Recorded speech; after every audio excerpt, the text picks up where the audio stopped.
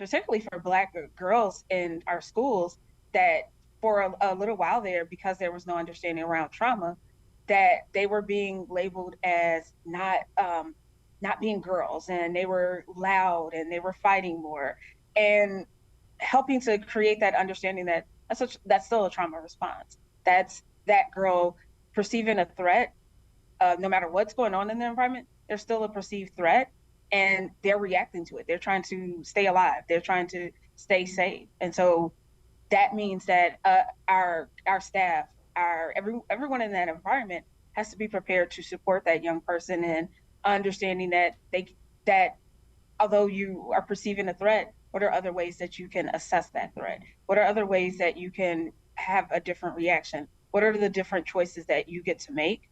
And how do you want to show up in this world?